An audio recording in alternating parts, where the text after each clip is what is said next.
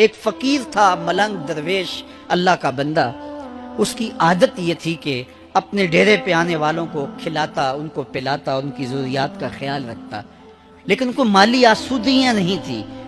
ہوتا یہ تھا کہ بعض اوقات لوگ آتے تو ادھار لے کر کے وہ لوگوں کو کھلا دیتا.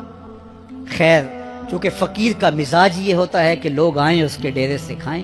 بابا بلے شاہ نے بھی کہا تھا نا، اٹ کھڑک کے دکڑ بجے تتا ہووے چلا، آن فقیر کھا کھا جاون راضی ہووے بلا. یہ فقیروں کا مزاج ہے. تو جو بھی آتا اس کے ڈیرے سے کھاتا اور وہ ادھار اٹھا اٹھا کے لوگوں کی ضروریات کو پورا کرتے رہتے. وقت آخر آ گیا، جن لوگوں نے ادھار دیا تھا وہ سارے تقاضا کرنے آ گئے. اب بابا جی کو کیا فکر لاحق ہے کہ یہ میرے مہمان اور میں ان کو کچھ پیش کرنے کی صلاحیت نہیں رکھتا.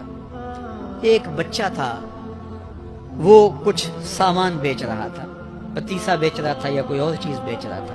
اس نے گلی سے گزرتے ہوئے آواز لگائی، خادم کو کہے سے بلا کے لاؤ.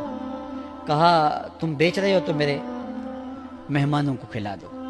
بچہ بڑا خوش ہوا کہ میں سارا دن گلیوں میں گھوم کے یہ پتیسا بیچنا تھا، اب یہ ایک جگہ ہی سارا فروخت ہو گیا تو یہ تو موج لگ گئی، میں جلدی گھر چلا جاؤں گا، میری ماں خوش ہوگی. تو سارا ان مہمانوں کو کھلا دیا گیا. اور اس کے بعد کہا بابا جی پیسے؟ کہا تم بیٹھ جاؤ، جب ان کو ملیں گے تو تجھے بھی مل جائیں گے.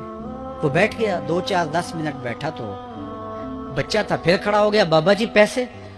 کہا جب ان کو ملیں گے تو تجھے بھی مل جائیں گے. پھر آدھا گھنٹہ گزرا تو پھر اس نے کہا بابا جی پیسے؟ میری ماں میرا انتظار کر رہی ہے، ہمارے گھر کا چولہا اسی سے جلتا ہے، میں یہ پیسے لے کر جاؤں گا اور میری ماں کوئی ہنڈیا خریدے گی اور ہم شام کا گھر کا کوئی سلسلہ کریں گے. کہا بیٹا جب ان کو ملے گا تو تجھے بھی مل جائے گا. بچے نے رونا شروع کر دیا.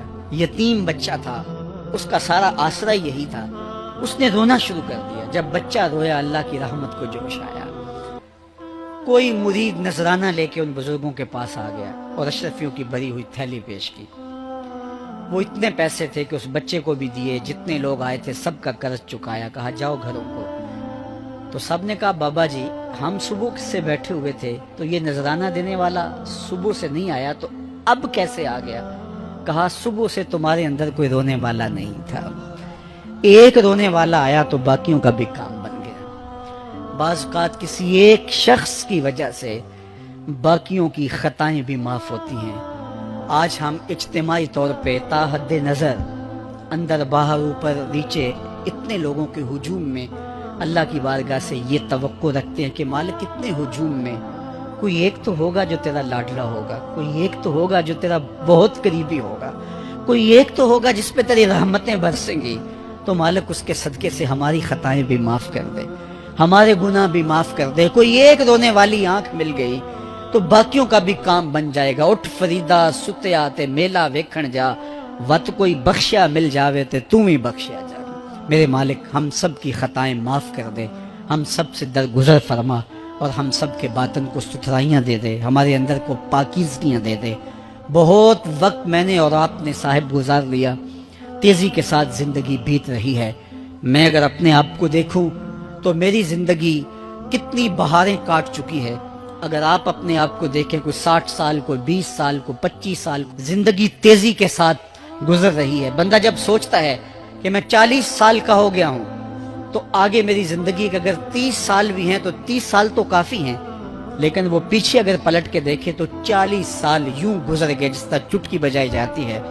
جب چٹکی بجانے کے وقت میں 40 سال گزر گئے محسوس ہوتے ہیں تو جو باقی 30 سال اگر ہوئے بھی وہ تو گمان ہے میرا، وہ تو گمان ہے آپ کا.